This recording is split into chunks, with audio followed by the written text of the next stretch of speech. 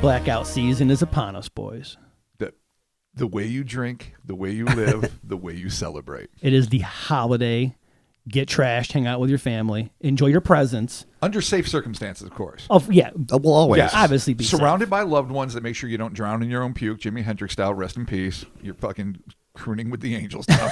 Yeah, don't do that. Yeah, don't make that a part of your Christmas. That's No. a fucking real shitty No, Christmas. you always need like a designated sober person to do two very important things. A, make sure you don't die. And B, for their own, spiritual fortitude, to bitch at you and condescend to you for the next 6 days. Yes, Yeah. These that's are always- the 1-2 punch of essential hardcore holiday drinking. Yes. Holiday cheer. Indeed. Dude, there you go. And then you do the same for them because you know what? Friendship. That's what friends do, especially around the Maybe. holidays. Totally. Or, disappointed family members. Yeah.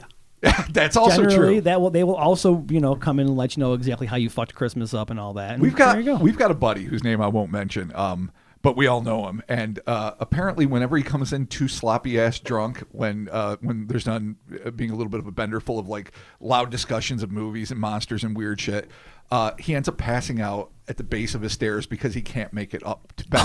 Yeah. And every time he tells his wife, "I'm sorry, baby, but Rob was there." You know how it gets. You're the excuse? So now I am, and you're gonna love it when you find out who. But it's fucking amazing. And they're like, "Oh yeah, no, I get it. It's fucking Rob. How you keeping up with me? I'm a beast." Yeah, you Yeah. can. God bless them. I don't want people to do that to themselves, but when it's a good conversation Dude. and whiskey is flowing, They have Yeah. their own agency. exactly. They don't have to fucking try to keep up. The autonomy of being an American. And they don't try to lay it on me like as guilt. I let them use me as an excuse, and I'm glad. I'm fine to be that guy. yeah. Much like Jesus, you're absorbing the sin. It's true. Or like a sin eater, like That- the old school. yeah. I would have been that fat bastard who would eat in your family's fucking entire smorgasbord so that you could die fucking feeling like you've absolved yourself. Whatever. Yeah. There it is. Welcome to the Cryptonaut Podcast. I am Mark Storrs, and I am joined by Chris Carnicelli I'm Chris. and Mr. Robert Morphy. Oh, here I am. Old school intros. I'm It's been changing, a while. dude. I'm changing. The new year is on the horizon. 2022 is going to be upon us. It's going to be golden. We're making changes, I got mad faith. personal changes, Yes. Whoa. podcast changes, Whoa. Definitely. emotional changes, I love that. physical changes. Yeah, you do look good. I'm not going to lie. You Look like at that? you. You spelled motherfucker. Oh, yeah, those they- nipples are working. Yeah. Working extra overtime. No one can see that. I am really glad. Thank God, because that's awful. Happy holidays, everybody. Holy shit. Obviously, in pod time, this is coming out after Christmas. I hope everyone had a phenomenal Christmas/holiday, whatever you're doing. Hope everyone had a great fucking time. Santa Claus got me a Texas Chainsaw Massacre Blu-ray. I'm super excited. Hell May yeah. got a couple action figures. I don't know. I'm super stoked. So hope everyone out there is doing great. And Robert, we are a small business now. We have bills to pay, and we have good people on Patreon helping us pay those bills. So let's give those good people some shout-outs, sir. Fucking A right. Whoa. All hail and praise Brandon Sherrod. Yay. Brandon. Celebrate the glory that is John Gillette. I don't know how long I can keep this up. John, thank you so much. Rob Shireman, this could not be done without your patronage. Thank you, Rob. David Proctor. Mr. What can I say? Mr. Proctor, Thank you, sir. thank you so much. Alicia and at gsd.ozzy. I just saw they joined the Discord today, as a matter of fact. Thank you so much for your Perfect. patronage, and thanks for joining the Discord. We appreciate that. You are the 1-2 punch that keeps us going. You are. Morgan Copeland. Oh, Morgan, thank you so much. This was definitely a character Andrew McCarthy would have played in the mid-'80s after fucking, Pretty in Pink. Somewhere between Class and Pretty in Pink. That is the best preppy mid-'80s name I've ever heard. And Morgan Copeland, right now, this very second, you're my favorite patron. All right, thank all you right. so much. It might change, you never know. Oh, it will change instantly, but that's okay because every time I read a name, So you're the my next favorite. name. Yeah. And you know who my new favorite is? Who's that?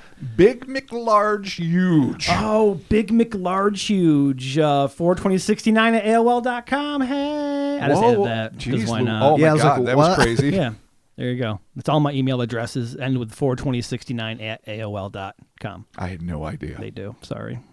Rusty Wood. Oh, Mr. Wood, thank you so much. Indeed. Rusty. Come on. Kenny G. Oh, God. This is my favorite thing I've ever read.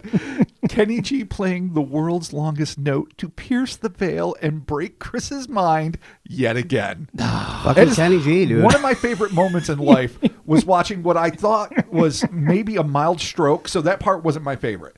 But Chris just staring off into the distance, and I'm like, dude, are you okay? What's wrong? And he just looked at me, and then he paused like he didn't know what to say. I didn't. Then you explained to me, I was just thinking about Kenny G blowing the longest note. And he looked like he was, like say, half stroke victim, half Zen master on a mountainside who's about to fucking school you. And so you who have adopted name of said moment, thank you. I mean, I thought we lost him, honestly. It was I remember the look in his eyes. I don't know. It was between pods, right? And so nothing was definitely. going on. And you were just like, and for some reason, that just popped into my fucking head you again. were like locked on. And It's not like that's something new. That happened like 30 years ago or something. And I just happened to, something led me to, something about music we were talking about. It led me to think of that. It was an amazing moment of focus. We should all aspire to that level of meditation. He's like, dude, you're all right. I'm like, let me tell you what just happened right there. That was the best, the explanation. I stared in awe and wonder and a little bit of fear going, oh, Chris. Oh, God bless. Yeah. God bless Kenny G. Thank you. John Robertson will be rounding this out, and God bless you. John actually is an independent comic book artist, so you can check out his work over at ko-fi.com/JG Robertson Comics. He's got some super cool paranormal and sci-fi books. He recently put these up, so be sure to check it out. It's independent comic book artists Gotta out there. love indies. So, yeah, any for indie sure. artists, try to support them. I haven't had a chance to look at any of his stuff, but I did look at some of the covers. They really were dope as fuck. Yeah. I can't wait to check some of them out. So good luck, John. Good luck, everyone. And again, For sure. to all our patrons, you are invaluable. You are a joy to us, and you help us to continue to do this in a way that would never be possible without you. So thank you. And then, of course, thank you to all of our listeners, because honestly, you're game changers. You've really enriched everything I do in my life, and I think I can speak for the guys. So thank you, one and all. All right, this week we are on to the second part of the Cosmic Odyssey of Maris M. Enter the Professor. Kung Fu style. Oh, it better be Gilligan's Island, Professor. Oh, can you imagine? Just, hey. What's his name? Russell something? I remember he was also in a sci-fi film. Oh, what was it? The one where the shape-changing cycloptic things... God, the day it came to Earth and fucked some shit up, Oh yeah, that one. Fucking sci-fi. Classic. It came from outer space, something like that. That's every. Yeah, I know. Came from the cosmic. I know. After being teleported from his hometown, 8th grader Maris M. was taken on an intergalactic journey by a transforming robot and a trio of 10-foot-tall, alluringly attired aliens. But as bizarre as his day had already been, he was about to be presented with the shocking revelations regarding Earth's apocalyptic fate, as well as information regarding an ancient entity of staggering godlike power that had the teenager not only questioning his beliefs, but fearing for his very life. As if 8th grade isn't hard enough. That's a lot of fuckery in one paragraph. That is a lot. I mean, he went through a shit show in our last episode, this poor kid. And now it's just it's to the max. So it was Fucksville. It was. And now it's Fuckopolis. Ever notice? There it is. Anytime an ancient entity comes back or summoned, it's not just like a run-of-the-mill old person from ancient times. It's always a god. Always. A mummy, a wizard, a fucking sorcerer. And it always has a Lovecraftian patina to it. It's not just like Rick, who lived in, like who he made mead. No, it's like that's what you summon. Just like it's not a random candle maker that's just like, I made wine. Unfortunately, I wanted Osiris. Oh, you got Rick. Unfortunately, it's never just Jeff being cool. No. It's always something worse. Jeff so Robert being cool. That's going to be our next cryptid. Jeff being cool. We try to find a follow-up on the Jeff the fucking mad mongoose. Oh, man. All right. So if you don't remember where we left off, I'm going to set this up for you guys. Maris M. had one hell of a day. At approximately 6 p.m. on the eve of March 20th, 1990, the middle schooler had, to his utter shock, been abruptly teleported from Latvia's metropolitan capital city of Riga to a rural Lithuanian backwater known as Panevias, where he watched as a reddish fog collapsed in on itself, revealing a UFO. Following it into the forest, and I still don't know why he did that, Maris found himself in a face-to-artificial face confrontation with a huge glass robot that, in a matter of mere seconds, shrunk and rearranged its physical appearance into the spitting image of the student himself, immersing the confused child in a scenario that would be, for most of us, tantamount to an existential nightmare. I would hate if a giant glass robot with all sorts of like dildo-like protrusions sticking out of it suddenly turned into another me. I'd be like, no, I don't trust you. If some weird like French tickler strap on all of a sudden is like, I'm Mark, I'd be like, oh, this is what I've been fucking dreading. I kind of knew that was the real me all along. I always knew I was a French tickler. Shit. And now it's been confirmed.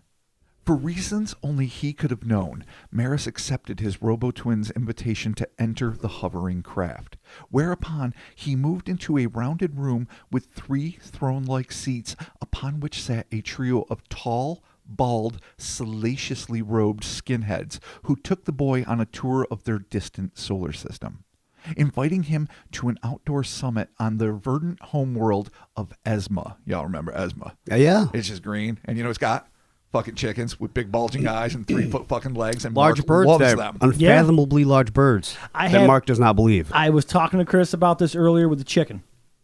Oh, you were still talking about the goddamn space chicken? I am. Okay. I am. And? We'll get to it. It's still a thing in my mind.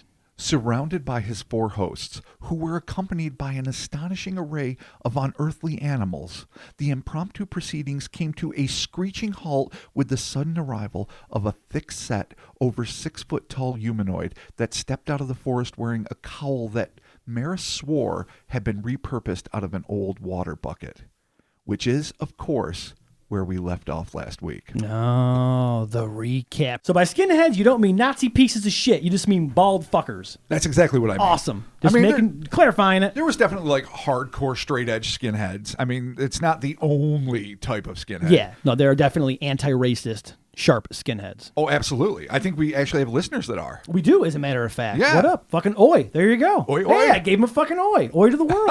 There you go. All right. So we got some shit about ready to drop, Bobby. Let's do it. Although the Mammoth Man likely seemed to Maris to be a poor competition for his lofty patrons, their fear was evident and their reactions swift. First, the boy's doppelganger stood between the humanoid and its bald masters. Then one of the 2 male aliens stood, lifting a menacing tube-like weapon off of his belt and aiming it at the interloper. As if called from the frames of a Sergio Leone Western, the standoff between the helmeted humanoid and the tall tube slinger was as silent as it was intense. Tube slinger. Tube slinger. Big fucking tube. All right. I'm proud of that one. That might be the glaive of Esma. Really might fucking be. tube. Fucking slinging tubes. It's like, my God, he took out the tube. Son of a Maris bitch, is it's like, okay. I just wish people could see your face and your movement because they can't. All they hear is me laughing frantically as I'm looking at you doing this. Okay, anyway. Then, without warning, the bald 4-fingered being fired its weapon, shooting a, quote, dispersed blue ray of light towards the strange entity, end quote. The particle-like beam shot forward, winging the robot before impacting the thing.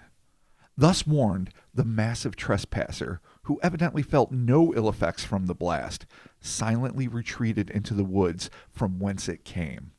To give credit where credit is due, despite being shot by its comrade, the amazing android unwaveringly stood its ground. That robot's like, fuck you. You can shoot right through me. Just get that bulky fucking water bucket helmeted fuck all out of here. And then the guy's just like, all right, going back to the woods. Peace. Yeah, no, that's the crazy thing. This thing shows up, and Maris describes him as huge, even though his counterparts, the 3, tall, bald entities that got him, are 10 foot tall. And then he describes this thing as being over 6 feet tall, maybe about 6.5 feet tall. Yeah, so I'm assuming maybe some like Grafton width. Right, huge. Yeah.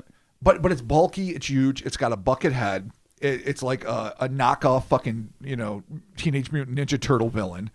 And it stands there, and the robot's up, and then the secondary male is up, not the leader, whips out the tube slinger, and fucking and it's just like super high tension, and you're like, what the fuck Yeah. is going and then on. it just goes back into the woods, and there you go. Maybe it's just some weird Okay. security thing, and that thing was just like the controller to be like. That could be. Could be. But Instead it of like did a shoot a weapon. beam of light.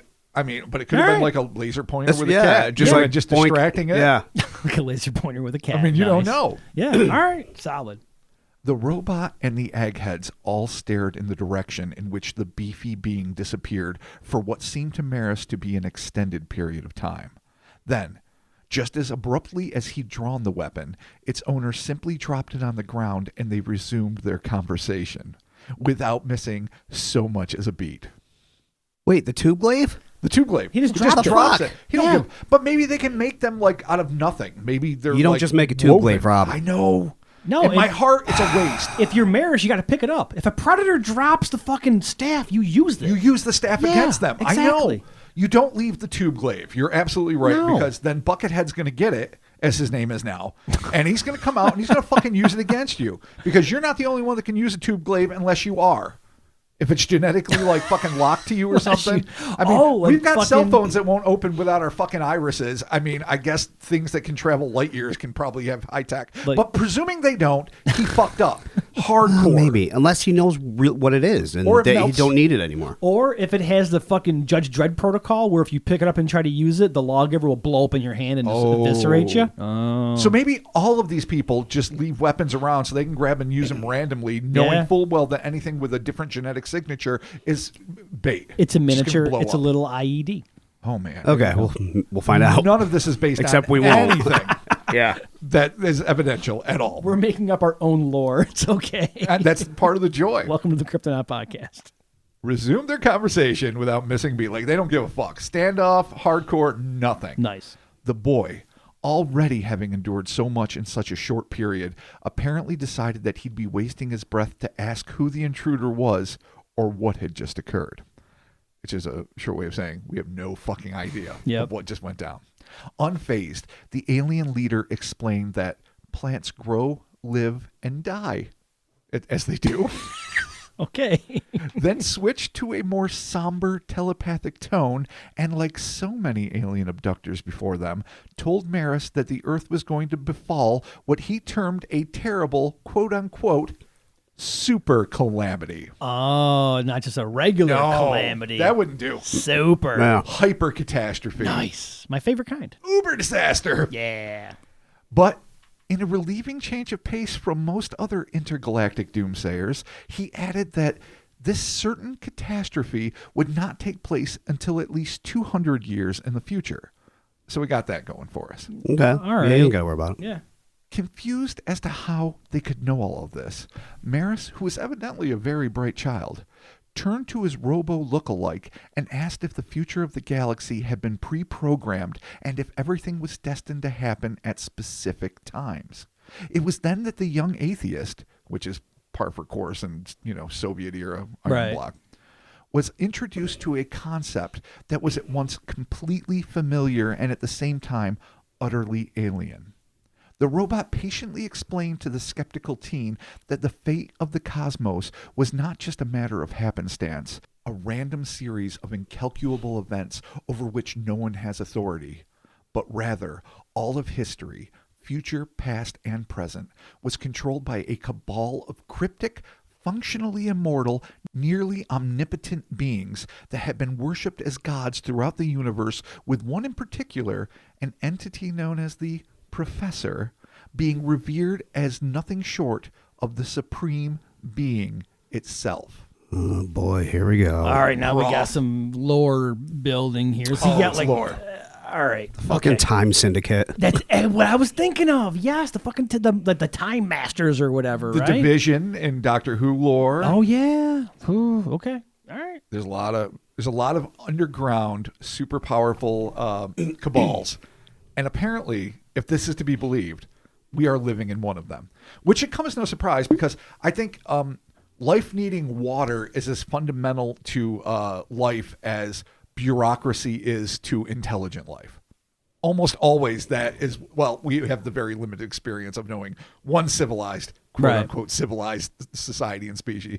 But It's always down to red tape and paperwork. Yeah. The Illuminati, dude, they got a lot of paperwork they got to do. Oh, yeah, they got secretaries Tons. galore. Whole division. According to the robot, the professor conducted an endless array of experiments throughout the bulk of the universe, accompanied by a collection of creatures known as, and I swear to God this is true, the scientific team. That's his hardcore group. All right. All right. Well, straightforward. All right. Yeah. Who served under its leadership.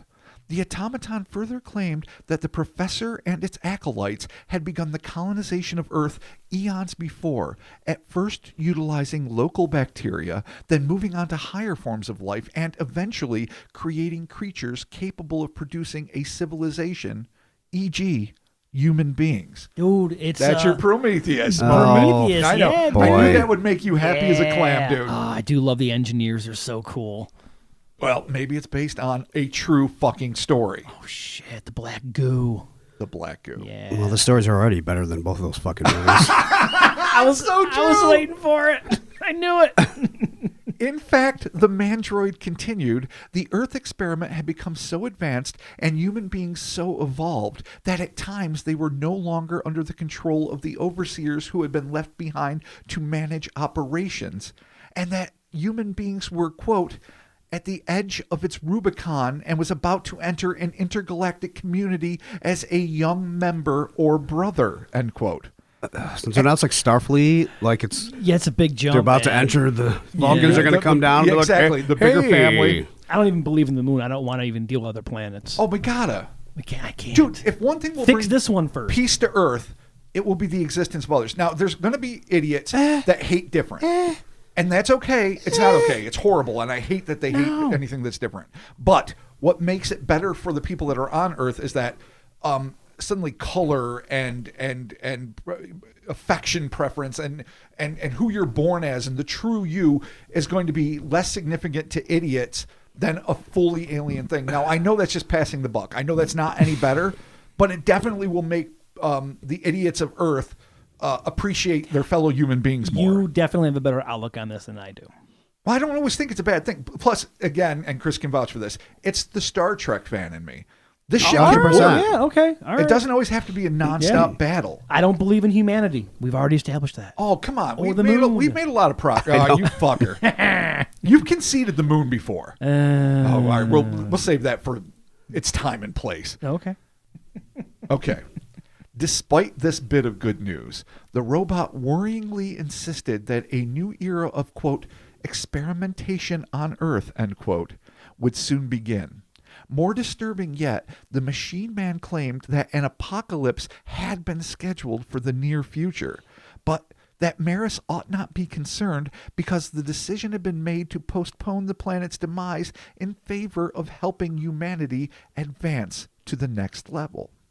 So good news. Yeah, that's all good. I thought he said it was coming anyway in 200 years. Yeah, in 200 years, but what the fuck? It's not going to happen in 5 years because humanity is going to evolve. So when Earth gets destroyed in 200 years, hopefully we'll be sufficiently advanced to not be here as a species. Well, even though individually we're, long gone. Let's see what more information these fuckers have to say, because I'm not believing them. Fair enough. Yeah, I no, think they're full of shit.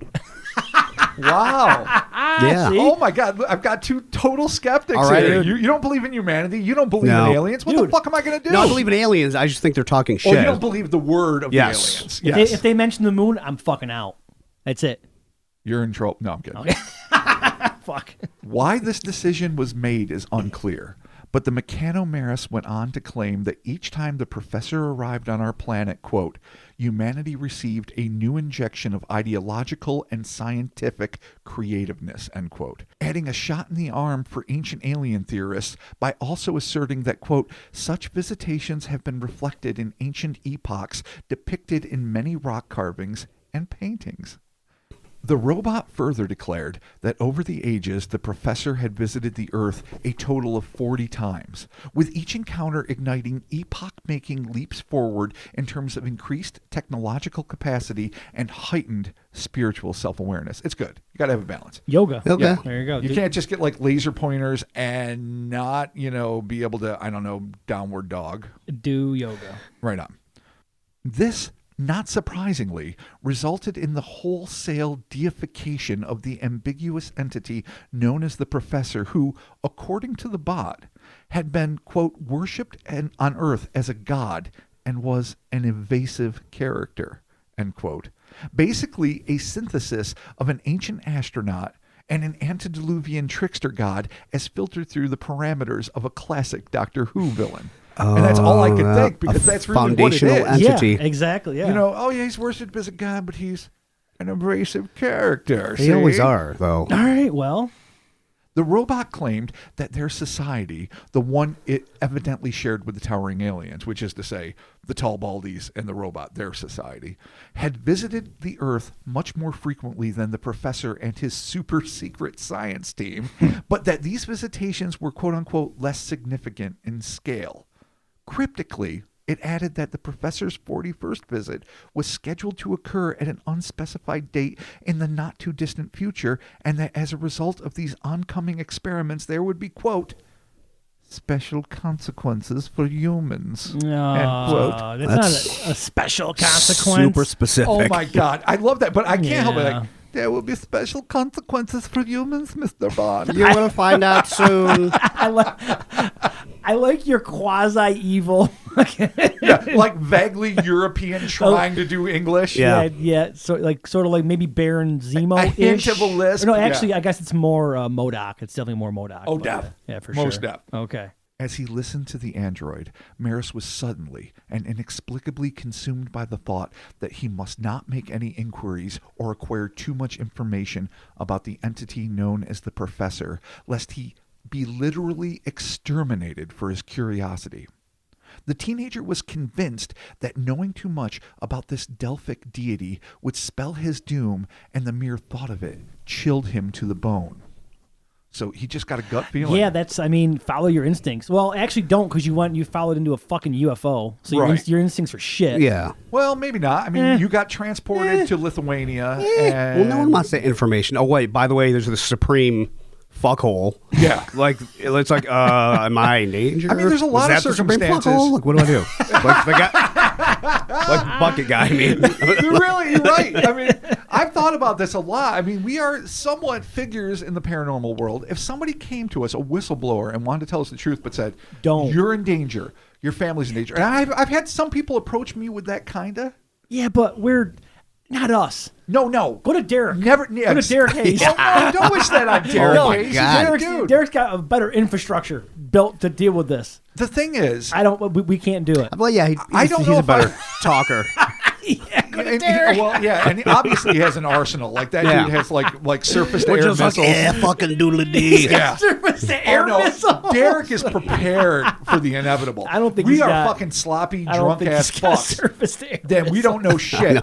And I honestly, You just told the supreme fuckhole to go to Derek. I have Way to go. fucking completely been confronted by people that had the mildest of things. They're not like government whistleblowers. They're not like hardcore ex-CIA. There's people like, I could tell you something, but it might fuck you up a little. I'm Yeah. like, shut the fuck up right now. Yes. Yeah, My nobody life needs is about that, yeah. tacos and fucking Yeah, Mexican wrestling movies, my buddies, some Yeah. whiskey, family, friends. It is not about your bullshit, and I can't get caught up in it. Yeah, we are not the guys to do. We are not the guys. We are not your disclosure guys. No, let me live in the Matrix and fuck off. Yeah, thank you. Exactly. Yes. I mean, look, The Matrix has Doritos and blowjobs and comic books. What do I need in life?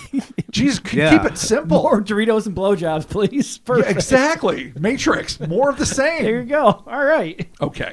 So here's where it gets interesting, and I'm going to break down a little bit. In an interesting side note, on January 11th, 2008, Vladimir Voronezhky, a 34-year-old martial arts instructor and professional wrestler, remember this. along with his wife Olga, were sucked into a UFO from their yard in Dubno, Ukraine, by an array of quasi-humanoid, slug-like creatures who presented the couple to a cloak-clad, 7-foot-tall entity that resembled to them the classic depiction of the Grim Reaper. The reason we compare this case with that of Maris M. is due to the fact that when their gastropodal guides telepathically introduced the couple to this behemoth being, they respectfully referred to it as the Professor. Oh shit! We've seen this fuckhole We before. have seen this, as was briefly spoiled last episode, Okay. we may well have seen this fuck all before. All right. Shit. Is it possible that this entity is the same one described by the tall, bald aliens and the robot? While impossible to say for sure, there are reasons to believe that these beings may be one and the same. And for anyone interested who might not be listening in order, go back to episode 102 and I believe 103, the Dubno abductors, and you can find out more about this case. But I'm about to break it down in case you don't feel like doing that. The professor from the Dubno incident was an apparently ancient entity who had been around long enough to know that both human beings and bovines were two species that had been imported to Earth from off-planet. You guys remember that? Oh, yeah, for sure. Could it have been responsible for this interplanetary immigration? Or, more likely, could it have cultivated genetic materials from other worlds, finally manipulating them into becoming two of the most prolific and interdependent species on our planet? In the 2008 Dubno abduction, the professor also explained to Vlad how their craft could traverse the galaxy at speeds faster than light by ripping through space-time protected by a field of plasma. Might this explain how the aliens that cajoled Maris aboard their ship were able to transom the nearly 27,000 parsecs, or, for those not taking notes last week, 19.2 trillion miles in the blink of an eye?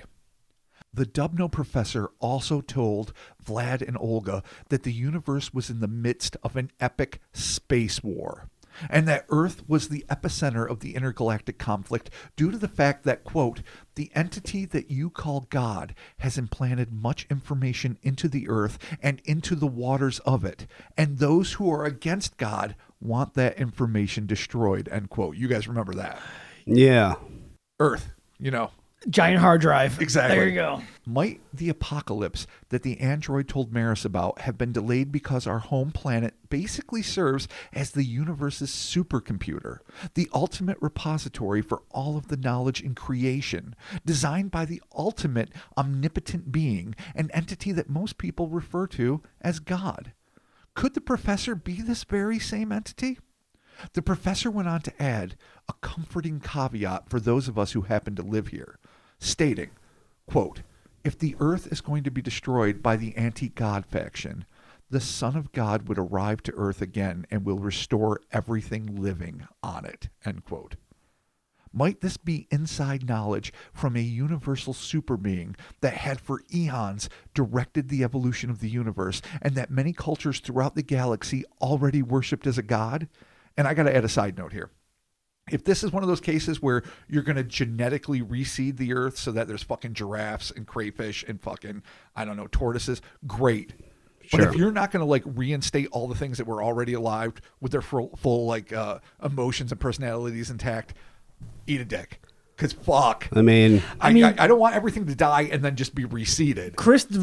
Today, Chris did a system restore on a computer for a friend of ours. So maybe that's what it's going to be, is a system restore. If it's a system restore, and that all that was is, and maybe a little better, I'm okay with that. It might be the only time it ever worked, but hey. Yeah, usually deities don't just get rid of a thing and keep everything the same. They're just like, no, fuck all y'all. Yeah. And then start over. Usually that's how it works. Well, I guess we're not going to know until it happens. Is it Abrahamic? And Son of God? And is he referring to himself in the third person? Yeah, well, this whole statement's very... This is, is this like if God destroys it, the sun's going to come again. Yeah, this is a Oh, little... no, it's This is hyper Christian. So, yeah, this is definitely pulling from as told different... by an atheist who is apparently talking to extraterrestrials. Okay. I'm assuming Vlad and Olga were atheists being... no, maybe not. It's 2008. They can do whatever the fuck they want in the Ukraine. Yes, they can. So Yeah. that was a presumption that was wrong. Maris, on the other hand, was an acknowledged atheist. But, all right, we're already in a digression. I'm going to fucking try to rein this in. Additionally, the Dubno professor admitted that his race was fascinated by humans because they were capable of feeling emotions that his people could not even fathom, much less possess. Could this interest in the human race's emotional depth be at least one of the reasons why all of these disparate extraterrestrial species seem so obsessed with abducting and analyzing their human prey, and, more significantly, the reason why they decided to delay our destruction? I don't know. It's worth throwing out there. Another intriguing link between the Latvian and Dubno cases is that Maris was suddenly overcome by a fear that having too much knowledge about the professor might endanger his life. Comparably, Vlad telepathically heard one of the slugs tell the professor, quote, "Now this human knows too much. We cannot let the humans return home. They must stay with us or be eliminated." It seems to me beyond mere coincidence that these two unrelated cases would both feature an entity called the Professor about whom knowing too much could be detrimental to one's health. Rounding up the wild speculation, the mysterious scientific team that allegedly assisted the Professor in its world-building experiments might easily consist of the humanoid univalve beings and the near-faceless surgeons described in the Voronezhsky account. Furthermore, Vladimir claimed to have been seduced, if you guys remember, by a sensual, bald-headed female alien that, despite her average height, bore an uncanny resemblance to the scantily clad, sultry entity that Maris described in his encounter. Oh, yeah. Geez, the alien. Bald, sexy. Yeah, the alien side piece. Fuck. DTF. There it is. Captivating as these connections may be, the fact remains that these could all be coincidences strung together by the fact that two admittedly intimidating extraterrestrial entities happen to share the same title. But even conceding that this is an exercise in conjecture, that doesn't mean that there isn't a potential kernel of truth in this theory. So I felt like I had to make that connection. Once Sure. I was dealing with the Professor, Yeah, I I went mean, back it's- obviously and dug into all our research on the Dubno abductors, and maybe it is, maybe it's not, but that thing knew a hell of a lot about this galactic war, always an apocalyptic war. All religions course. have it, whether it's in space or Earth. Yeah, it whatever. doesn't matter. It's Yeah. just the way it is. And that Earth is special. Dude, we're all little tiny solid state drives just holding information. It's a I possibility. guess. I mean, why do it to begin with then? Yeah. They found out, so they either got to live with us or we got to kill them. Then you must have known there was a threat to begin with. All right, yeah. So getting back to what we're talking about now, Yeah. the Maris M Odyssey, Chris makes a valid point. The fact that they are suggesting like, oh yeah, human beings sometimes aren't even being manipulated by their overseers anymore. Roddy Piper found the sunglasses and it's fucking on. He fought fucking Keith David. They're looking around. Obey, they live. Yeah. So my point is, like we want to, create life. We want to be the progenitors of life, but we don't have to do it through simple, fucking and parenthood. We can do it in this grand scale of seeding planets and doing crazy shit. Who knows? I mean, I mean, keep the fucking. Oh, I'm not against the fucking. Yeah, keep the fucking. that's Well, this is that's why I wanna stay in the a Matrix. long way away from All right, that, man. as long as we all agree on that, we're staying here. Yeah, All right. no doubt. Doritos, Doritos and fucking- blowjobs. All right, Did cool. we forget the agenda? I'm just saying. All right. Like That's, we can't even clone cows. it's our mission Like, statement. Yeah, but we're backwards ass monkeys. We don't fucking I know. I'm know. speaking specifically to us. Like, Right. if that's for us, that's a long way the fuck out. Like, Okay. We won't be here. And if indeed these incredibly powerful beings are one and the same, that is, the Dubno Professor and the Maris described Professor, does that mean that we might have a more direct connection to the divine than most humans have ever dared dream? May there be a lucky few, like Olga and Vlad Voronezhsky, who, like prophets of yore, are able to commune with the creator of life, the designer of civilization, the progenitor of worlds. What then, if granted an audience with this eternal being, would we ask of it? More alarmingly, if Maris's gut instincts were accurate and the Professor, like the Old Testament's Yahweh, is a cruel and fearful master, would we be better off cowering and praying, not for contact, but for salvation? Very important questions, I think. Yahweh. yeah. Doritos, blowjobs, and fucking. I don't know And what then, to do. if we could talk to God, should we pray not to? Yeah, Because like, it's do we it's pray for? troublesome. Do we play for Doritos? Listen, I'm not Those chili Doritos are dope. Doritos and blowjobs. let's let me have my depression and anxiety and Wellbutrin, and I'll be okay. Okay, That's it. so that's my that was All my right, that's a- digression. that's a about grand- the Professor. Okay. And maybe it's the same, maybe it's not, and these are lofty things. But let's take it back. Let's scale it back. We're in a beautiful green glade on planet Esma. There's 5 seats. 3 of them are occupied by the sexy eggheads. There's Maris. There's the Doppel Maris robot. Yep. The brute with the bucket head is gone, and the conversation continues.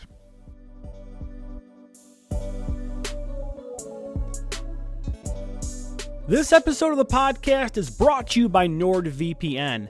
They're offering the good listeners of this show the holiday season deal, and you can get that by going to nordvpn.com/hellerspace or use promo code hellerspace to get up to 73% off your NordVPN plan, plus a bonus gift. This is a limited time offer. Folks, we all know that the internet can be a sketchy place, and cybersecurity and privacy has never been more important. Protect yourself today with NordVPN.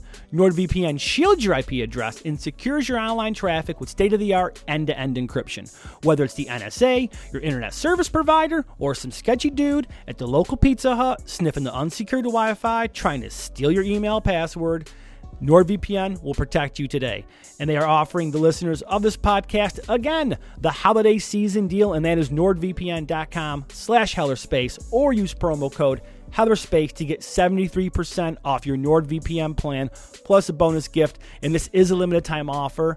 Take control of your privacy and security now with NordVPN. At this point, the trio of tall beings invited the boy to stay with them on their green homeworld of Esma, but he politely refused. Even so, curiosity still consuming him, Maris asked if he could have a tour of one of their cities. Regretfully, the aliens declined, telling him that the abundance of light, energy, and radiation on the cities was very harmful to human organisms. Intriguingly, they added that similar injurious influences were experienced by humans in certain areas of the Earth, such as the Bermuda Triangle. Oh, our favorite. Okay. The beings did, however, escort the teen to a location that was close enough for him to see one of their monolithic cities, yet far enough away to remain safe. The spectacularly illuminated city, which radiated all the colors of the rainbow, seemed to have erupted, fully formed like a modern art masterpiece from the depths of a dingy mire. A mammoth cylindrical tower rose up from the city center, looming above everything around it. Maris noticed a platform on the structure which was adorned with a huge banner showing the same strange symbol that embellished the aliens' belts. Though he still had no idea what it depicted, it seems likely the symbol either represented the entirety of the multi-planet empire that these creatures had, or perhaps just their homeworld of Esma. Suddenly, Maris detected an array of bluish, globe-shaped objects soaring in wide arcs above the city. The boy asked the robot what they were, and his twin began drawing diagrams on a screen that had inexplicably materialized in his hands. Years before the tablet, back in 1990. As it drew, the robot attempted to explain what the gravity-defying devices were, but succeeded only in baffling his young charge with a circumlocuitous description of what was basically runoff from their thermonuclear power sources. It's long, it's weird. Yeah, read the Rosales thing if you want to know. All right, cool. I don't get science. It was then that the leader of the bald beings informed Maris that the swamp that surrounded the city was filled with tiny, highly aggressive animals that they referred to as monsters. His hosts were quick to add that this did not concern the city's populace, as tragic encounters with this savage species were exceedingly rare. While no description of the beasts were given, it's difficult not to imagine something truly fucking dreadful. So tiny, aggressive, they have to swarm. It's got to be like piranha-like. I'm seeing like these little skeletal, fucking toothy, two-headed salamander fucks that just like kind of get on you and they like attack you en masse, like they red-bellied piranha skeletalize a cow. Hyper chickens. Okay, all right. So Brought there it it is. back. Are you going to tell us what the secret discussion you guys had was? Thinking about it all week. Now. It's in my brain. Really? No, talking how he can't get over it. He just can't get over that there's a large it bird. had 3-foot-long legs, and you fucking marvel. But you guys, we have to go back to that. I'm like, what? Why? Bucket head comes out, and you're like, but there's a big bird. Yeah, stupid. Fucking large bird. Look, I react to things differently. We're all individuals. The birds attracted me That's fair. with their 3-foot like stance. Yeah, it's a chicken, dude. It's okay. Super long legs. I like to look It at is not again. thrilling. It's a chicken, dude. God. Moving on. It was then that the robot and the Esmians chaperoned Maris back on board their vessel. I don't know if they're called Esmians. That's me. That's me being It sounds presumptive. Sure. fine. Asmians. Sounds good. Maris and the aliens settled into their deep, comfortable seats, and within 2 minutes, the craft was aloft, and the teen experienced the same bizarre sequence of lighting, beginning with the reddish-white and photo-negative illumination. You guys remember that from last week? Yep. Which he was informed was caused by the near instantaneous jump through, quote-unquote, zero space. I don't know what that is. But apparently shit goes negative. It's no You space. go Tales from the Dark Side. Yeah, in zero space, zero dude. space. All Yeah. right. From Cool. one end of the galaxy to the other. Perfect. Once again, the walls of the Esmian craft became transparent, and Maris found himself staring down at a small island enveloped by the cool blue oceans of Earth. The robot told the teen that they had made their way through a portal located in the area known as the Bermuda Triangle. Oh, man. It's And- back. Berlitz would love that. And now that they were no longer traversing a wormhole, the remainder of their flight to Latvia would take approximately 20 minutes. Would you like peanuts and or a drink? Yeah, It's all a- this crap, then it's like, oh, 20 minutes. you And can I mean- undo your seatbelt now. Yeah, relax a little. Here's some Use your cell Faygo. phones. It's Take- 1990. They have some Fago? Yeah. Faygo! The Or Insane you. Clown Posse's on board with the fucking Great Malenko. Yeah. All right, cool. I'm there. Let's do it. Maris, not wanting a repeat performance of his shocking teleportation to Lithuania, then requested that the space travelers drop him off near his home in Riga. The robot assured him that he knew just where to release him.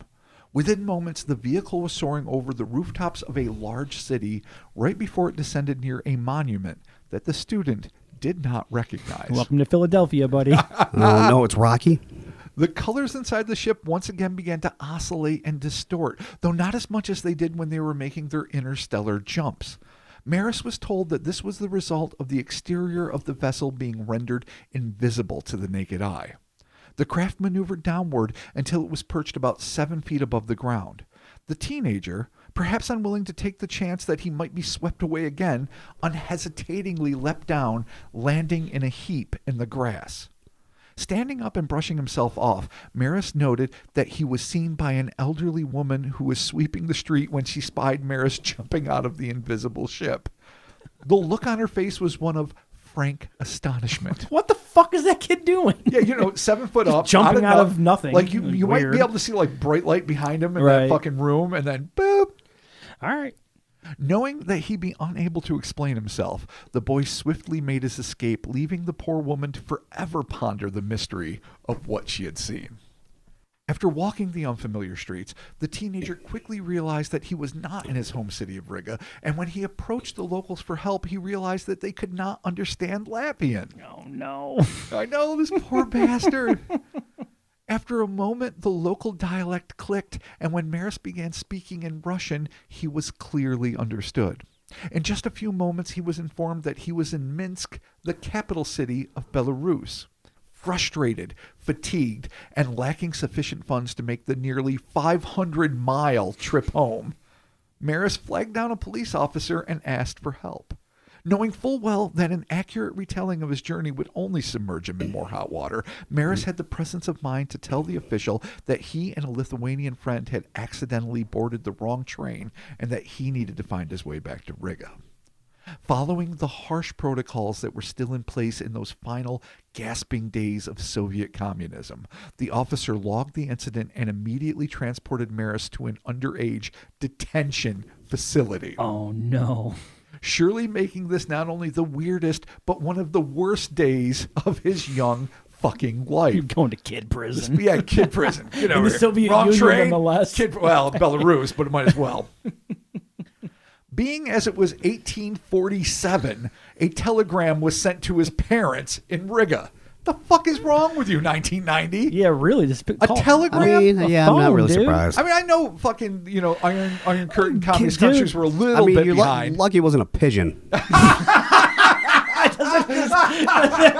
it have a little hammer and sickle on it? Oh, You're could you like, "Shit." imagine? I mean, yeah. Oh my God, pigeons with little hammer and sickle T-shirts. Oh my God, that would be the coolest. little T-shirts. Oh, I love it. Oh my God, All right, you're right. well, good luck, kid. And after a few undoubtedly grueling days, Maris's grandmother finally arrived and took him home, thus ending one of the strangest sagas in the already off-the-wall chronicles of ufology. Regrettably, I could find no follow-up to the story. There's no indication of what has happened to Maris following his fateful encounter or what his reactions to it might have been 30-plus years later. One can't help but to wonder if he ever started a career, a family, a real life, or was he so tormented by memories of his galactic jaunt that he was unable to move on. While under the alien's synthetically calming influence, Maris seemed to take everything in stride, but what happened after it wore off? And you remember in the first story, he was all anxious, the beam hit, and he was like, dude, this is wicked. Just chilling. Yeah. Did he become obsessed with the subject of UFOs or reject his surreal experience as an unexplained psychedelic episode, managing to pack the memories away, out of sight, out of mind?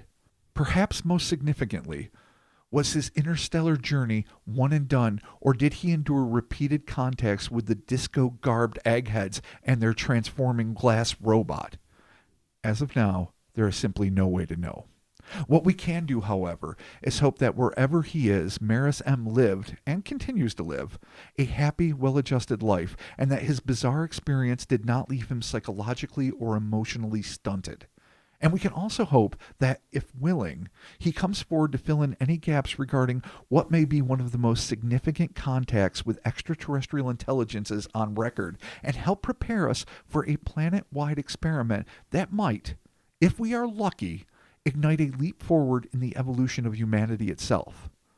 Let's just hope that the professor is better at guiding our species' evolution than the Esmians were at simple fucking directions. All right. So that's the Odyssey. So, all right, skeptically speaking. Do it. All right. Totally made this shit up. Yep. Because. Break it. Yeah. Because. Okay. If he did happen to, whatever, like jump a train or just hanging out, doing some shit, and he mistakenly ended up 500 miles from his house, which I would think would be a couple of days' journey.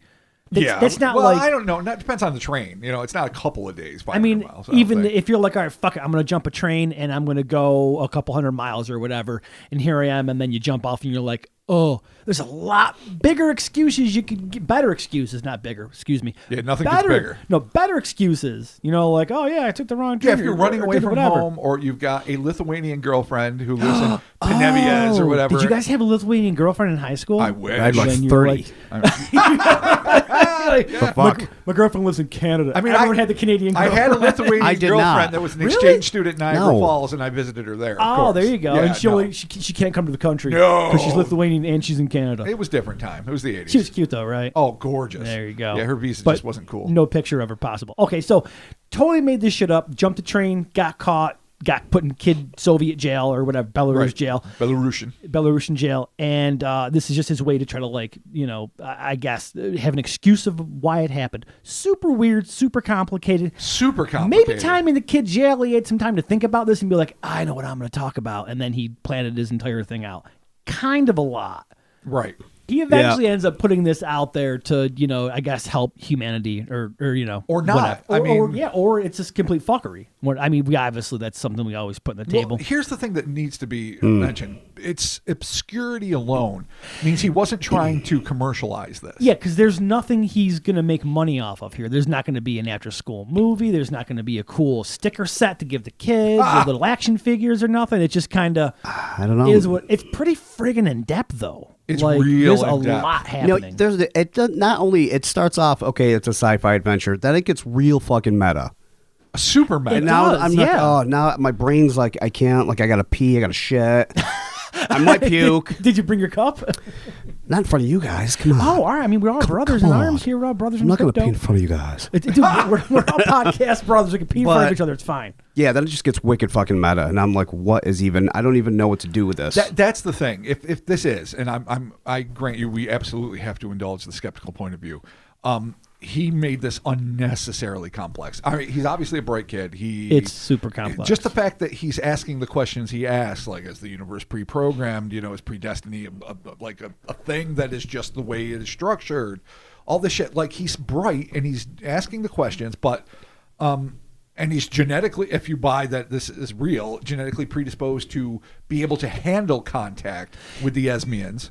Yeah, he's taken this fairly well, but it doesn't go anywhere. The story is not made profitable. Like, no, I've read UFO sagas that may be true, maybe not be true, right, but were infinitely less interesting than his fucking one-day Odyssey. Yeah. So this really could make a compelling fucking story if you had someone that could really interview him, break it down. I mean, if this kid really wanted the commercial, and this was the death of communism.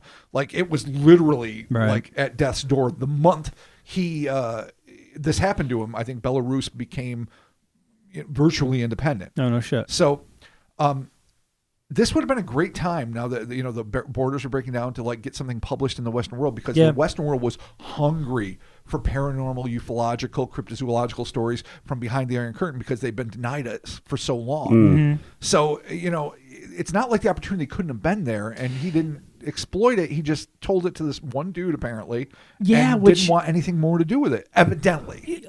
Again, if this is just something that it's like the ravings of a madman or something, right? Because it does get super meta, and then all of a sudden you hit this point where you're like, oh, there's the professor, and it obviously ties back into the Dubno abductors and stuff like that. Maris, I mean, this happened in '90. The Dubno thing happened in 2008. If Maris has made any connection or still continues to research it, we have no idea. Right. But that brings everything to a whole new level where it's like they bring him to this place, and then some shit happens. Don't get cancer by looking at the city, because your eyeballs are going to fall off and get weird. Stand on the cliff 18 miles away. Yeah, and then there's all of a sudden Chernobyl plus like this grandiose professor who's controlling all of this shit and making 41 trips to do all kinds of things. Where it goes totally. If the chicken didn't push it off the rails, the goddamn professor did. Because now it's like, all right, we got to see life on Earth, and now we're all fucking super bummed out. It all goes weird after that. Fucking swamp piranha. Whatever the fuck it was. Wait, what is it? I don't even know what it was. They're just saying monsters, which is funny. They don't have a name for it. It's just monsters. Which is a really interesting way to there's monsters. But like, don't out of all they the bullshit barely you ever talk murder about, anybody. Relax. You have no fucking. Don't even bring up the guy with the helmet again. They're like, there's monsters. Like, what? I'm telling you, he was security bot. Okay, true. Security bot, no doubt. And when in the first part, when they were talking about that one planet where like shit went haywire, monsters started attacking them. It was full of predators. Yeah, no doubt. It's like, what the fuck is going on there? And then the robot came from that lone military outpost now because they were doing experiments. No, that was. Let me you're right. This. But that was where Chris correctly said. No, the robot was on another planet. Yes, it was. Well, it came from another planet. And then there was the weird reptilian that had legs, which you rightfully said was leg a snake. Lizard. You're like, no, that's a fucking lizard. Looked like a snake, but I had legs. Yeah. Well, I mean, Chris fucking nailed it there. I mean, come on now. I mean, if this is all to be believed in, and this is what he experienced, like, okay, so he's genetically superior, apparently, or he has. No one said superior. Or not superior, but he has, I guess that's an awful term to use. He's genetically capable of, I guess, receiving the information from the aliens. They didn't really say why he is able to do that. Apparently, they did not specify. They didn't really give him any grand information like, here's your task on Earth to do this. They're just like, oh, no, here's some shit that's happening. Yeah. Fucking good luck, kid. Oh, by the way, you're 500 miles away from your home in kid prison. Fuck off. Well, they didn't give a fuck about that at all. It just seems weird. Like, there's no fucking target. Right, so, just for the record, just so we can just set this up again real quick. Right. There were 6 planets in the system. Okay. He was on Esma, which was the homeworld, apparently, of the 3 tall eggheads. Yep. Which was this, virgin forest and jungles, and they had just 3 cities on it. I'm reading through the notes right now. The other planet, the one that was unpopulated, that was red and blue, was Menpluria. Okay. Nothing lived there. So the robot came from the third planet that was apparently full of monsters, full of predators, and often attacked. And that's the one that got fucked up because they mistreated the planet, right? Yes, and also the human beings became aggressive because of basically the environmental deterioration that was caused by something equivalent to industrial evolution. Esma 3 was inhabited, but contained only a single huge metropolis on its surface, and the next world, Ares, was the most intriguing, as the entities confided in Maris that they used this planet for experiments with new life forms. Oh, yeah, that's right. All right. Okay, so all of this shit put together in a nice little shit package wrapped up for Christmas. Sure. Happy holidays, y'all. What the fuck do we do with this? Well, it's interesting. I don't know. Wait, stop. Can't. Let's go back to the skeptical side. I don't think he made this up for profit because he was obviously smart enough to do something useful with this. I mean, he's 13, he's young, but he's asking the right questions. He's going through this thing. So if he made this all up from scratch because he was fucking around with his like Lithuanian girlfriend and hopped on a train, ended up in fucking Belarus, needed to get home and decided to make some shit up, he easily could have turned this into something profitable. Right, and he did didn't. not. No. So some sort of psychological episode, possibly, or dabbling in hallucinogenics, or slipped something that he was unaware of. Yeah. You can't you can't take shrooms off the table next to the devil. Never do. They're delicious. And maybe he was diabetic, but fucking the thing is, so he might have had a real psychological break of some sort. Could. And had a psychotic episode and envisioned all of this and ended up hopping trains or doing whatever. Yeah. These are the only two skeptical options I can think of. I'm lying because I either want to make a profit or I'm going to get in less trouble somehow by being absurd than I would just owning what I did. Or I had an experience that was either pharmaceutically or psychologically based that I believe happened and I don't know what to fucking do with it. And I just want to get back home and grandma pick me up. That doesn't make sense if we actually did hop a fucking train, took some shit. Right. Completely just went bonkers for a while. It will explain how the dream slowly got fucking more meta. I mean, you're gonna have the Catholicism. They're gonna have some religious elements, of course, in especially in this part of the world. Definitely had an Abrahamic / Christian patina to it. Yeah, so it would make sense if he's Dubno, but especially if he was a sharp guy. Maybe he was in some sci-fi and shit, right? It would make sense why things were sci-fi, and then you get the God character, and it gets a little weird. So I mean, it would make sense. Yeah, because I mean, they break the entire deal down to him. They're like, "Here's the reality of it. See you later." Right. There's just no target. There's no real like end for it. Just hey, you have this cool genetic thing, and here's the info. See you later. Go home. Yeah, they pulled him in just to we're give not him going to take you home. information to not do anything with. Well, that brings us out of the skeptical side. So there's two, and probably more, pedantic reasons why this could have happened. Let's talk about what might have happened if it did happen. One of the things that intrigues me is just what you guys were saying. The fact that there is no payoff. And in real life, experiences, weird or prosaic, often have no fucking payoff. It's just some shit that happened. Yeah. It's somebody I bumped into. It's some weird shit I saw. It's whatever. This is just amped up to the 11th. But still, the fact that it isn't like there's no overriding agenda. It's no like, and you're going to be the savior of Latvia or fucking, I need you to be our prophet in fucking Minsk. Nothing like that. It's just, here's some fucking crazy shit. Only a few people can talk to us. We talk to more people than the professor does. He shows up 40 times, soon to be 41. Yeah. That shit's intense. Don't worry about that. Fucking deal and have fun. So to me, that, in a very vague way, lends credibility in the sense that it wasn't like structured like a sci-fi novel. It's structured like an experience, albeit one that is fucked up. Well, yeah, it is. It plays like a fever dream. It really does. So. Yeah, that's a good point. Or sickness too. We can add that to the skeptical side. Yeah, it really does. Because again, there's just no agenda. It's like, here you go. But who knows what the agenda is? Because, as we said before, laying the groundwork of information, now it gets out there. Right. He tells it to Oburek, and Oburek is reported by Albert Rosales. And then, the Cryptonaut podcast comes along and broadcasts it out. Who knows what these little seeds of knowledge put out? And then maybe someone hears this that had an experience like, holy shit, I did see a chicken with 3 foot fucking legs. And Mark I thought it was right. a crazy dream, but maybe it was a pierce the veil situation. And fucking who knows? Oh, no, Chris is right. Seriously, though, I mean, we don't know if we're all part of the cosmic tapestry. I'm not saying everything we do, everything does is super significant and it's all part of this beautifully interwoven thing. But I'm not saying it's not true. That was either. actually, I think I told you about this a couple weeks ago. That was a theory that a listener sent me on Instagram. Like, you guys are asking about the agenda and this and that. Well, what if it is that these people have these experiences and then it's passed down? They obviously brought it to the point of then you guys are talking about it on the show, which putting us in the mix, it's a lot of pressure. Not really. I can't really, because we're having fun with this. Yeah, that's the best part. If that is a part of it, is just getting the tale out there and telling it and retelling it and getting it pushed out. But you can there. say that for every aspect of every single thing ever. Exactly. Chris is right, and exactly. I really admire the skeptical aspect of that. But we can't deny the importance of indoctrination, and indoctrination through pop culture, which we are definitely part of. We are not a part of academia. We are not a part of governmental fucking authority. No, take that shit, we Derek. are entertainment, and indoctrination through entertainment, be it a storyteller around a fire in Neolithic times, be it us sitting around our fucking electronic campfires having a good old time. It's the same fucking thing.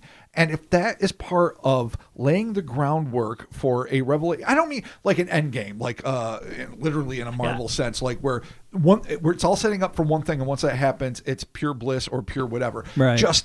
Just part of evolution, and part of evolution is knowing, and mass, not even necessarily acceptance, but mass indoctrination in the basic principles of being part of a vast interstellar and interdimensional community might be part of what all of this is about.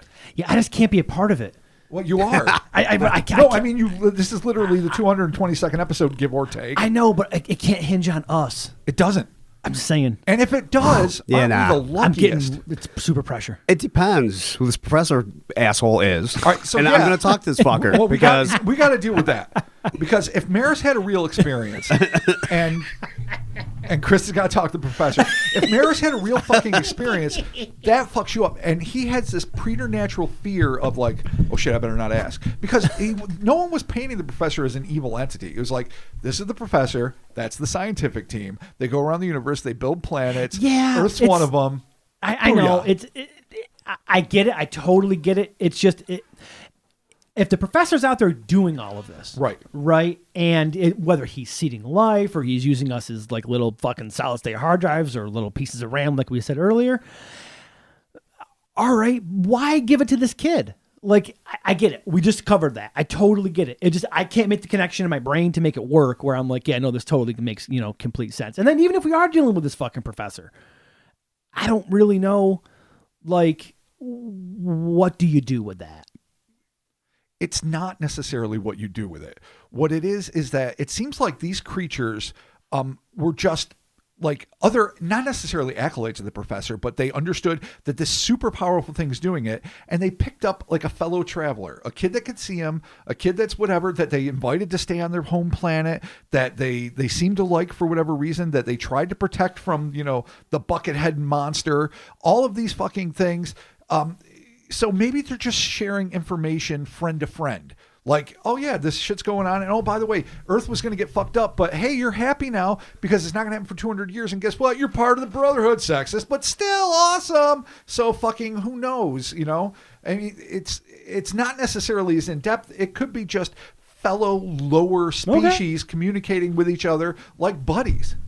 I mean, we're going to have Chris give us his take on the professor since he's been joined by our studio cat, Vader. So, studio cat. Big Black Vader. Okay, love him. Vader's the professor. What do you got to say to him? That could be the professor. I don't fucking know. He shows you his asshole. That's what cats do. And professors. Exactly. Yeah. Exactly. Yeah, professor's cat, and I'm good with that. It makes more sense, I guess. I'm fascinated by this. Obviously, I'm the one that made that tenuous connection. So who the fuck knows? And I admitted that it was fucking wild speculation. But the fact that there's another ancient entity, if you're going to, just presuppose that both of these events happen, that is called the professor, which is weird. I mean, I guess it's just it could be just a translation. I mean, no, it's not weird. It really isn't weird because you're not speaking English, you're speaking telepathic. And in telepathic language, this is somebody, a teacher, a learned individual of course. That's imparting knowledge. Professor could be just the word that we've adopted. It's not a crazy name like master. Really I mean, the Lord. Yeah. I mean, there's a generic, different, overseer type title that and this is somebody that's well educated in doing their thing. Yeah, sure. So I'm fascinated by the idea that Chris and I grew up Roman Catholic. You converted for love, and obviously we're all doing what we do in our lives and beyond that.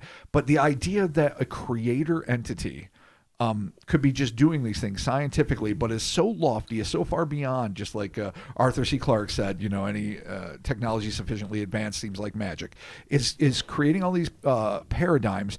And for the most part, as terrified as Maris was, it seems to be beneficial to humans. Now, maybe they have an overriding agenda that is completely selfish, but every time they show up, our tech gets better. Of course, if you believe this, our spiritualism becomes more in depth. Yoga.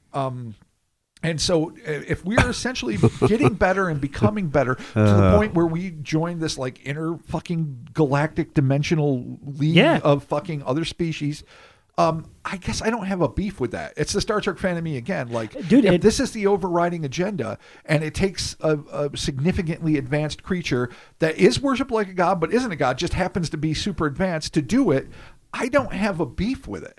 It starts with your root chakra, man. That's where you start. It does not. I think it's your ass, isn't it? Oh, no. I don't know anything about chakras. Okay, cool. Except the thing that Xena threw. Wasn't it called the chakram? Oh, I don't know. That disc? I thought like your whole chakra, you're supposed to like, No, it's energy points throughout your body. Fucking energy, dude. I got shit's here. Fucking energy. You're full of it. Energy, I mean. Yeah. I mean, maybe that's the deal, man. I don't know. I'm not. What do you think of the professor, Mark? I mean, if he is this being who's out there doing all of his shit, I don't know, man. It seems like a super fucking lofty idea for it's like. Oh, is it really? It's just God. Yeah, God. I mean, it is just God, really. It's God within a parameter that we can understand because it's scientific God. Exactly. It's like the L. Ron Hubbard version minus the bullshit. Well, no, there's more bullshit than L. Ron Hubbard, but yeah. Oh yeah, don't bring L. Ron Hubbard. But I mean, it's the same bullshit. It's the same intergalactic weird Jesus thing. Like it's the same. All right, Space Jesus from fucking Frank Herbert's Dune to fucking L. Ron Hubbard happens. All right, so we're dealing with the Kwisatz Haderach. There you go. All right. But I'm okay with a space Paul Atreides coming down and fucking helping us out. Yeah. Like if the experiment. All right, see, I don't necessarily think this is true, but if it is true, I'm down with that next experiment. I'd like to become more spiritually attuned. I would like to have better technology. I would like to become closer to the point where we are going to meet other intelligences that are non-human. And I think squirrels are bright in their own way. But I mean like advanced intelligences that fucking we can communicate with. I'm excited about every single prospect. I'm okay with that too. I just want to know exactly what parts are being controlled and what parts do you know of, what parts do you not know of. Are you being manipulated and you don't even know it? Sure. Because then there's fucking issues. And if it's powerful, but who has free will? Then you wouldn't know. That's don't even. That's a whole other thing. That's an entire different podcast. Who has free will? That's we can't cover that. Yeah. Jesus Christ. No, I mean I don't mean to digress, but again, in a world full of Doritos and blowjobs, I don't give a fuck how many decisions I'm making for myself. I get to spend time with people I care about. I get to fucking, as Mark pointed out earlier, get blackout Christmas drunk. Right. I get to have fun. But that's I'm saying you might not even know that you're making decisions, which means that's a different thing. If you have the illusion of self-control, is that not just as good as being autonomous? I don't know. Only if you don't know it. Of course, but that's the point. I mean, if I'm in a simulation, just make it a good simulation and I'm fine. Like, and then eventually I'll get to the end and be like, oh shit, I'm wake up in a big vat of goo. And there's, all kinds of the controllers of the overlords, and there's the professor. And I'm like, oh, I'm fucking back. Well, if the professor wakes you out of the goo eventually and is like, yeah, no, welcome to the intergalactic fucking siblinghood. Jesus Christ. And fucking. That name, put me back in the fucking goo. Fuck you guys. And like, jerk. The jerk fessor. Here's Sharkon and Ziploc and fucking Jubadoo. See you next week. I'm naming aliens. Here's the big bags, the Ramdons. Thank you. Dildoians. And we become fucking friends. And we're hanging out. Here's the rubber asses. They're intelligent. You wouldn't have known. Those are my people. Part of it. Yeah. Chris's brethren. I'm going to the Dildoians, totally. All right, I'm going to the rubber asses. I'm going to fucking ride one. Just like a fucking horse. I want to be friends with all of these things. Shit. I want to evolve to that fucking point. And in the meantime, just... I'm very lucky to have the simulation I have. If this is a simulation, this ain't I'm bad. surrounded by loved ones. I'm doing it. great shit. I have no beef with it. So this is fine.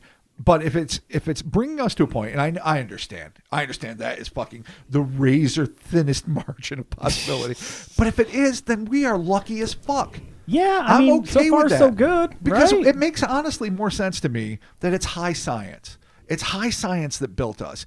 You can. I believe in the divine. I do believe in something more significant than us. I am not a practical down in the dirt atheist like I was growing up. But that having been said, I have no problem with all of it being quantifiable through the parameters of science, even science that's so far advanced we can't possibly fathom it. And of course, we would, as Arthur C. Clarke said, identify it as magic. Sure.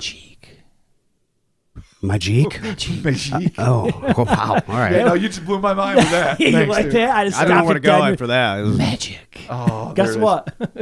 There's a place for magic. Might be a different kind of science. String theory is and sounds and all this bullshit. Maybe incantations really are a way to change the structure of matter. Probably not. Nah. And you better be super advanced. Ta-da. Oh, there it is. Abra-fucking-cadabra. There you go. Thank you all so very much for joining us. The Cryptonaut Podcast. Ooh. In the social media. Wow, did you forget we are part of totally the... fucking why? blanked. Because you're lost in the magic zone. Yeah. You forgot that we do things. I know. I'm just covered in sigils and Just fucking get weird down creams. here, ground it out, man. This isn't an outtake from a bad Clive Barker movie. Yeah, I'm looking at you, Lord of Illusions. This is just real life. Terrible movie. It was so bad, and I love Scott Bakula too. The so bad. Instas and the Twitters and the Facebooks were out there on the social medias. Be sure to follow us and do all that. Thank you to everybody out there sending the messages and the comments and the suggestions and the questions. Mm-hmm. We appreciate it. Thank you so much to our Facebook fan group. We appreciate you guys out there holding that down for us. HellerSpace.com. Get yourself some merch. It's out there. You got, Hell yeah. We got mugs and Shoits. and shoits and stickers, Moigs. yeah, we got stickers and mugs and totes and tapestries totes. and all kinds of shit there. So be sure to check all that out. Oh, the Patreon, patreon.com/Cryptonaut Podcast. Be sure to go over there and get some extra bonus content. Check all that out. Be sure to join the Discord. We got a bunch of cool shit happening over there. Always welcomed. You know what, too? Thank you so very much to the sponsors that we recently acquired. Oh, yeah, for sure. Yes. It's super cool. And also, too, thank you to my son for helping me do the ad spots. Making them bearable. He makes them bearable. Oh, he's so... Charlie is so gosh darn charming. And what's funny about it is he actually like comes up with the ideas himself. Really? And then we just like sit and record and cut them all together. Oh, dude. Yeah, Fuck yeah. so I You're building appreciate an That's the way to do it, man. genius. Yeah, I appreciate him helping me out with it. 'cause Yeah, he's awesome. He's it's- such a good kid. And it's good to teach him, like, yeah, you want to be a content creator? Well, this is what you got to do. He kind of gets the idea because he's like, I'm fucking tired of doing this. I'm like, dude, I am too, but we got to do the ad reads. Oh, dude, you're going to be a chapter in his biography. There you go. Because you're his dad. Yeah, he'd be like, Oh, my man. dad and his dumb ad reads. Congratulations. Right. And his awesome friends. Yeah, they're Right. True. Yeah. Uncle True. Chris and Uncle Rob. Come on. So there you have it. Thank y'all. Real quick before we leave, Spotify recently launched a rating system. This is super easy. Go just find us in your Spotify app. There's you can give us stars. Very simple. 1 through 5. We appreciate that 5-star. We sure do. No comments, no nothing. Just boom, hit a star, and it's rated, and there you go. So Sweet. if all of y'all are out there listening to us on Spotify, open your app, do that shit. That is super fucking helpful to us. Yes, it is. So, Thank you. and we obviously appreciate all the reviews. Oh, we totally appreciate the reviews. But if you do it on Spotify, we're going to appreciate it a little bit more. That's fair. A little bit more. Just a little bit more. I mean, I like the written reviews, even the bad ones, because even though they haunt me like the terrible regrets of like the ex-girlfriends you that got still want away, them. You still want I them. still love them. I still love them. Won't even bother reading them. No, I mean, even when Look at they the hate us stars. for things that are obvious, like we're marked explicit and we say bad words, I mean, I still kind of Listen. love you for doing it. That's not our trip. That's theirs. I know. And if they take the time out of their day to write that review, that's their bad because know. we've affected them that much. So what I'm So asking we actually win. is counteract that if you have a good heart and you like us. Oh, I'm desperately no. pleading. No, I'm not. Is this your Tiny Tim moment? You mean like? do you need more pudding? Wait, Yeah, he's, like- he's the kid. Are you? Wait, no, you're Ebenezer. talking. Oh, You're talking about Oliver Twist. that weird little. Yeah. No, I'm talking You're talking about. Please, sir, may I have some more? No, I'm talking about Tiny Tim. Yeah, no, he had a bum leg. Yeah, and then and the there's ghost Scrooge. doesn't come back and he fucking dies. Well, But yeah, then, he but died then because Scrooge Scrooge gives wouldn't him the duck in the coin. He's like, get yourself a duck. Yeah, or how's whatever. a fucking crippled kid gonna carry a goddamn duck? It's light. It's really Listen, light. dude. This is the listeners I tossing. love duck. The listeners are tossing you the coin so that you can get the duck. You're good. And the duck is a review. And the reviews coin. make me happy. Thank you all so very much. We'll be talking to you soon. Out of here. I'm so fucking thirsty. You are. I'm duck thirsty. And by the way, if I eat fried duck soon, I will be happy as a clam. All right. Well. My arteries fucking hate it, but my life is improved. Yeah, that's good. Vastly every time I eat it. All righty. Duck.